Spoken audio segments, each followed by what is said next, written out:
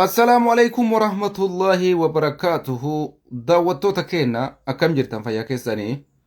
Har'a sabbar zeenaa isinii qabna. Odeeffannoo waqtaawaa sa'aatii isaa waliin deemu wantoota isin dhagahuu qabdanii fi akkasuma haala jiru waan tokko isin biraan gahuu dhufne hir'ina yeroo irraa isinirraa baduu kennaaf ammoo kalcha isiniin jecha ammas ammoo yeroo ta'eef gara miidiyaatitti baay'inaan yeroo waan nuti wanni jedheef haaluma kanaan dabrinee waan tokko isiniin jechuu barbaanna. Odeessi har'a isinii qabnu akkuma beekamu kaa Itoophiyaan filannoodhaaf qophaa'aa jirti.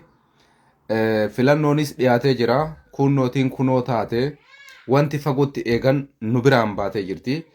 Torbaan har'aa jechuudha. Guyyaan har'aa guyyaa dilbataati. Torbaan har'aa uummanni Itoophiyaa manguddoon dardarri dargaggeettiin dargaggeessi giddugaleessi warri sagalee kennuu danda'anii fi warri filannoo irratti hirmaachuu danda'an hundi isaa guyyaa bor muummee ministeera isaa xaqlaay ministeerii Itoophiyaa kan waggaa itti aanu waggaa 5 Itoophiyaa bulchuu filannoon itti geggeeffamudha jechuudha. Filannoo biyyoolessaa marsaa 7ffaa akka waliigala Itoophiyaa guutuutti torbaan har'aa gidir sanbata sa'atii kana filannoon haala ho'aadhaan biyya keessa geggeeffamaa jira jechuudha. Kanaafuyyuu uummanni biyya keessaa ammoo filannoodhaaf qophii ta'uu isaanii qophaa'aa jiraachuu isaanii haala garaagaraatiin akkuma sooshaal miidiyaa irratti argaa jirtan kanatti kan waliin argaa jirru jechuudha.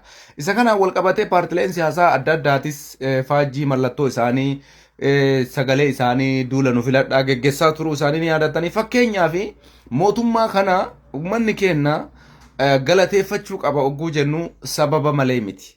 Ol kaanee akkanumaanii miti. Fakkeenyaaf waraanni adda bilisummaa Oromoo ABO'n duraan biyya ambaa keessatti baqa keessa ture. Oromoon alaabaa ABO biyya isaa keessatti harkaan qabachuun ol kaasuun fujjisuun filannoo ittiin geggeessuu miti mul'isuunuu yakka ture jechuudha. Zabana wayyaaneen biyya bulchitu zabana achi dura silumaayyuu dhiisa ka waa'ee zabana warra achi dura haasa'uu nuun barbaachisu. Zabanuma Mallas Zeenaawii uummanni Itoophiyaa keessatti alaabaa ABO'tiin filannoo duula na filadhaa geggeessee hin beeku jechuudha. Kanaaf mootummaan irra jiru kuni ati karaa nagayaatiin karaa seera qabeessaan karaa qaxxaamuraatiin ala ana malee namni hin jiru jettee meeshaa massaaraa kaasuu baattee karaa nagaatiin filannoodhaaf dorgomtee biyya san bulchuudhaaf carraa barbaadde carraan banaadha jechuudha. Kanarratti fakkeenyaaf alaabaan ABO Itoophiyaa keessatti dhoorgaadhaa jedhamaa ture. Kijiba akka ta'e har'a arginee jirra jechuudha. Wanni haasa'amu hundi wanti jedhamu hundi akka dhugaan taane uummanni keenya baruu qaba. Yeroo tokko sooshaal miidiyaa kanarraa waan dhageettu qofa fudhattee yoo fiide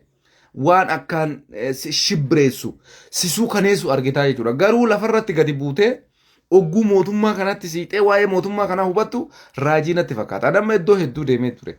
Waajjiraalee mootummaa iddoo garaagaraa dhaqee Oromoon ijoolleen lafaa dhufan dargaggeessi jijjiirama kana keessatti akkamitti akka isaan hojjechaa jiran waan nama gammachiisu argee jechuudha.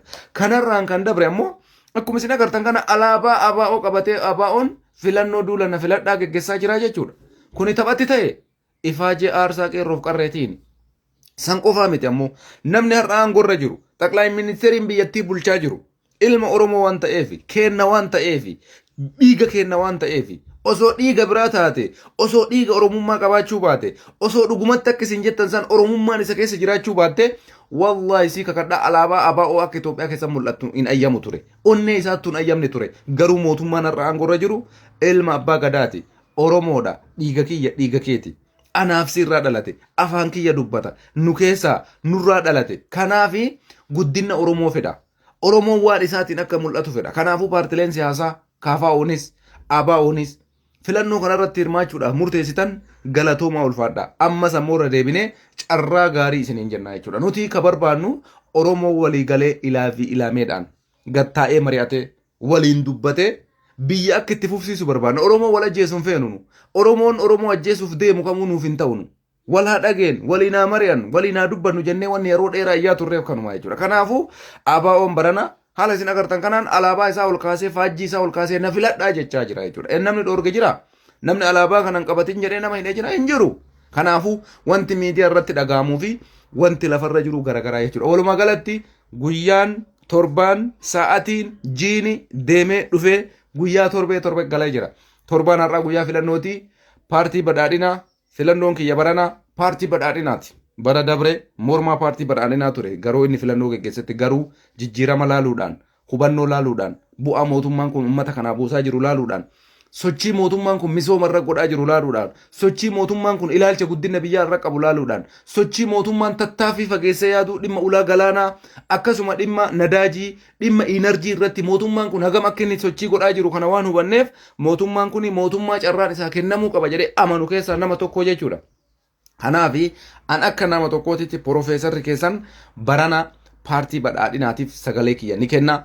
Muummee ministeeraa kiyyas xaqlaa ministeeriin kiyyas waggaa 5 muummee ministeeraa Dr. Abiy Ahmad kanaan filadhu yoo ka filannoo hinjifatu taate xaqlaa ministeeriin kiyya Dr. Abiy isaan kaawwan ammoo KFOs ABOs carraa gaarii isin hawwina isinis ammoo sagalee bareedaa argattanii yoo carraa muummicha ministeeraa ta'us carraa mootummaa Itoophiyaa ta'us hinjifachuu dadhabdan sagalee bareedaa argattanii akka gara paarlaamaatti dhuftanii biyya kana paartii badhaadhinaa wajjin mootummaa kana walii galtanii biyya kana bulchitan hawwikooti carraa gaarii isiniif hawwa isinaa milkeessu.